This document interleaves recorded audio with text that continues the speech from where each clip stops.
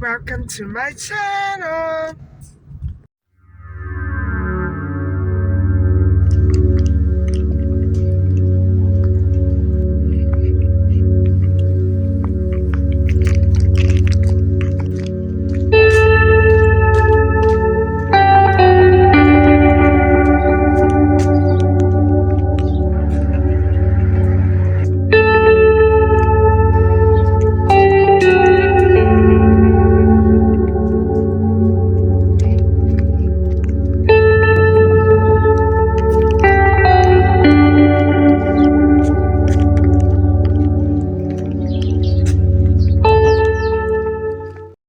Wow, I have to say that I finished my 40-minute walk.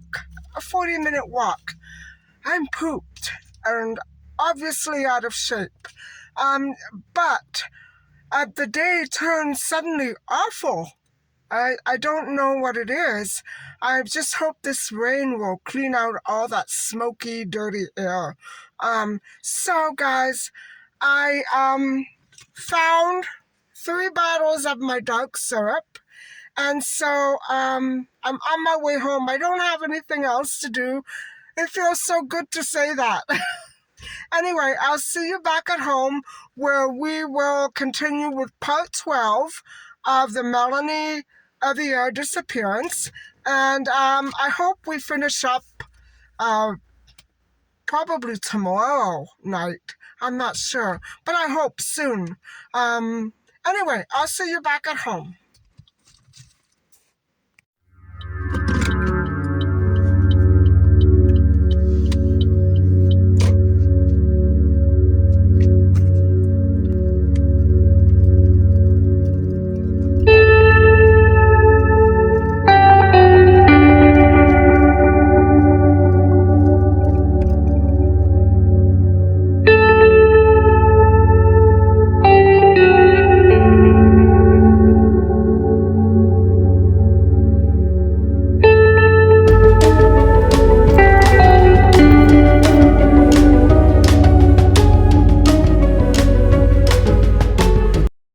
So guys, hi, how are you? Here I am at home sipping my lemonade cleanse drink, and I'm about done for today's batch. I have to make another one before I go to sleep, and so I already have enough lemon squeezed for 4 more days.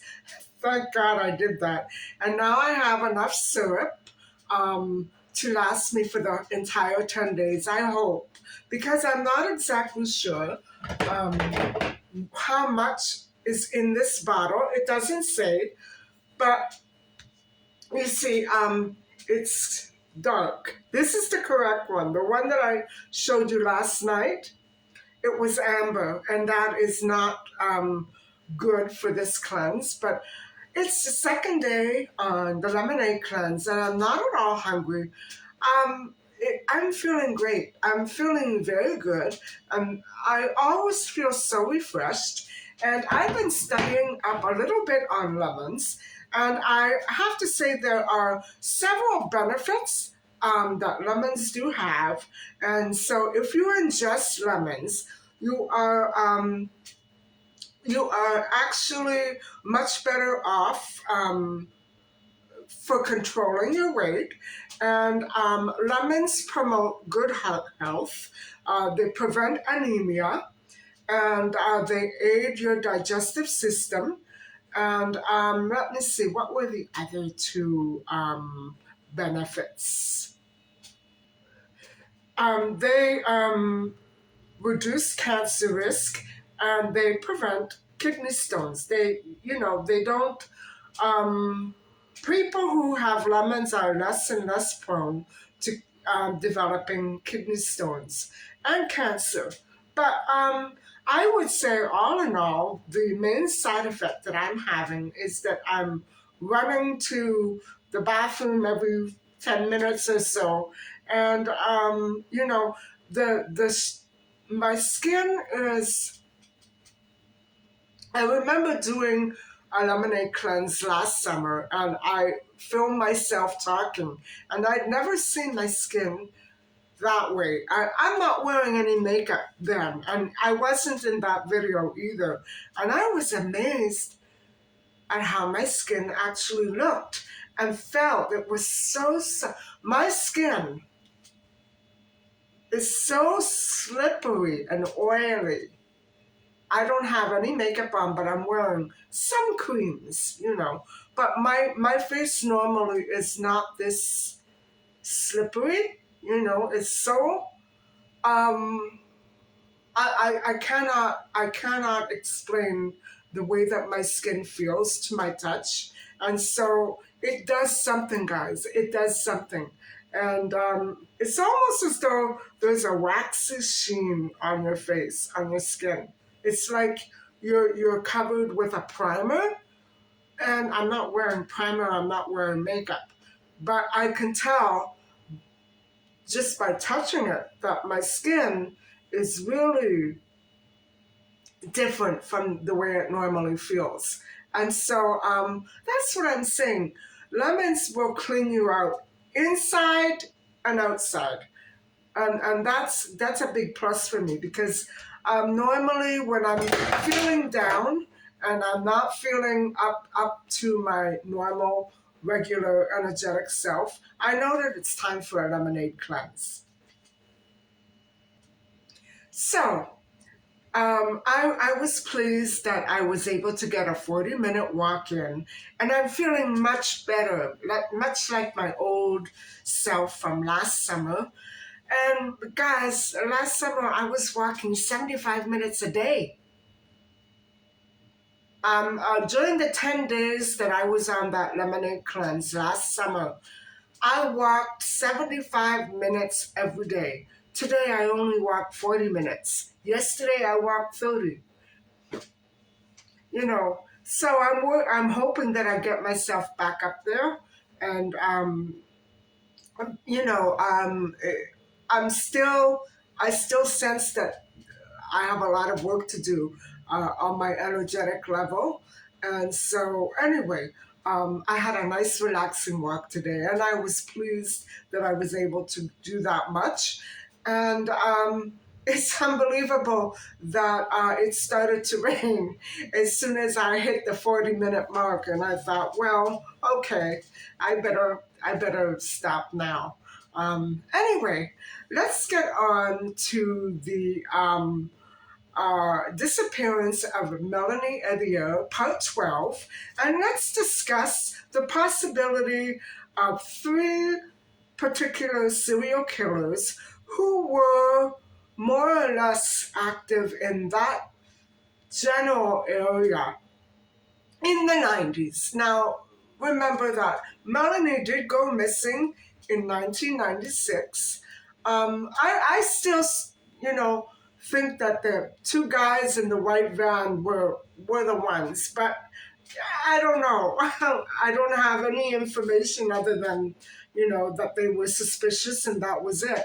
But these three serial killers, Hatchley, Bouillon, and McRae, were could have been possibly um, doing criminal deeds like that in the 90s, and they could have possibly abducted Melanie and did something to her.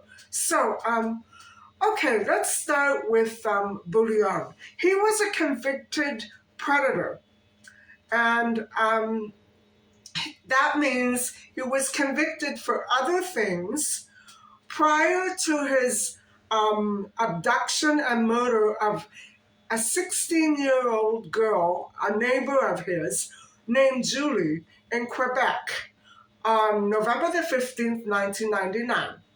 And so, but he had already been convicted before. But as for Julie, he was never convicted of her or arrested because he, as he lay dying in 2006, he gave a deathbed confession.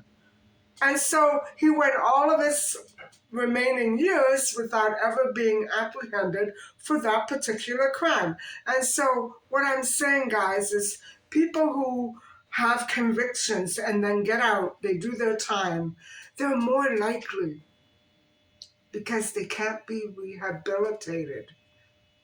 At least not with the methods that are widely being used, that are commonly being used in jails now. They just don't have it in them to get over it. And so I imagine that many of them do want to get over it. They don't want to do this. But for sure they are guilty and they know how to control their actions. They just don't want to. And so they end up going undetected. Unfortunately, if they do their time and they get out, they will start probably offending again, only they will be much better at it than they were before they went to jail for it. That's the way it is, and it's too bad, eh? Anyway, so Julie's remains, she was abducted in 1999, and Melanie was abducted in 1996. Julie's remains were never found, but he confessed. And so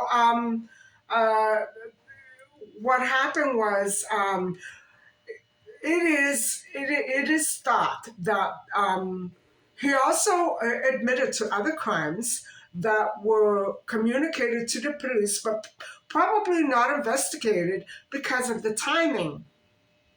So, as with Melanie, Julie's remains were never recovered, and it is thought that Bouillon could have driven from Quebec to New Liskeard, and done the deed and then gone back to Quebec. It's an 8-hour drive. I don't know if that's what happened, or maybe he was in town for some sort of event. I don't know. I don't know. Those details are not published. And so, poor Julie and her family.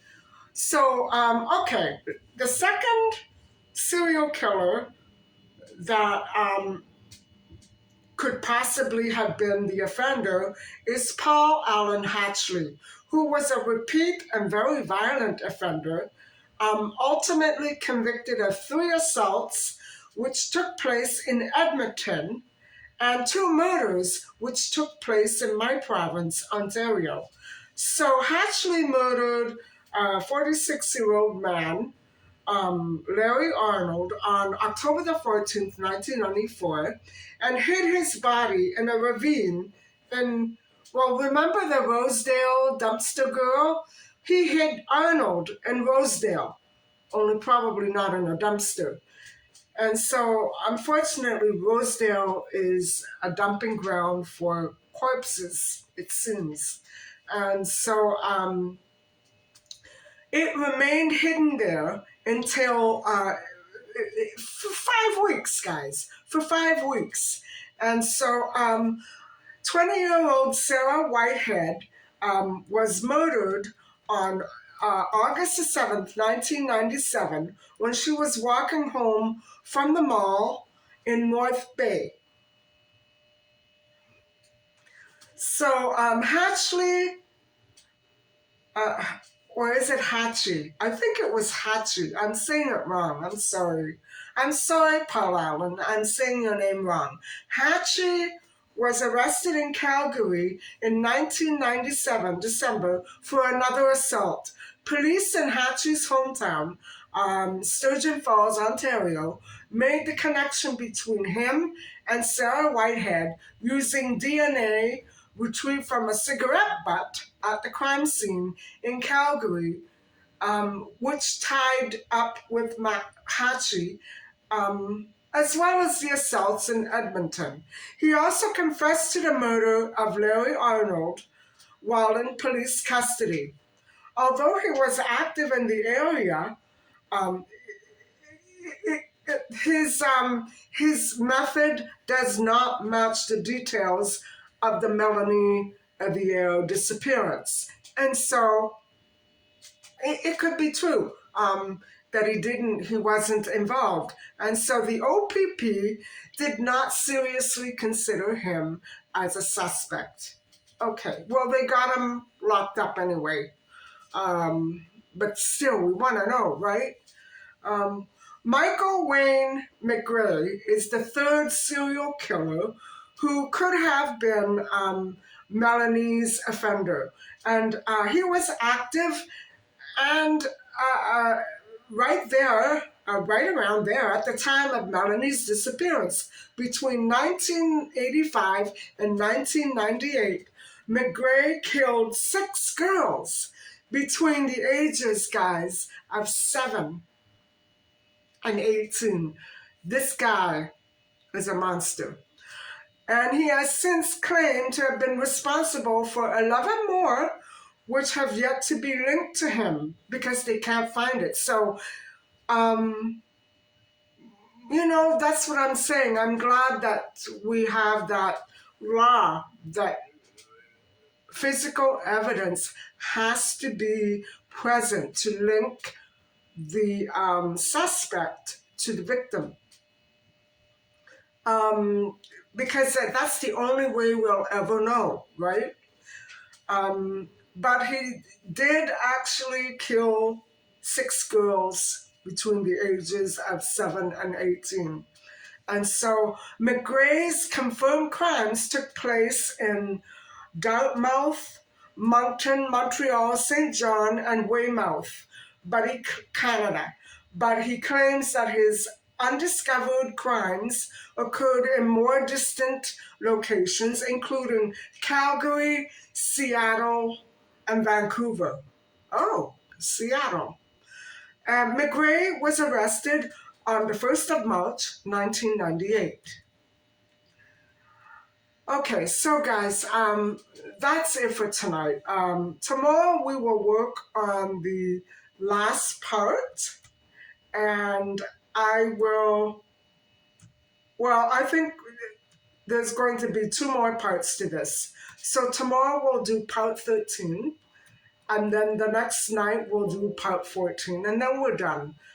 This was a very long case, and I apologize for the length.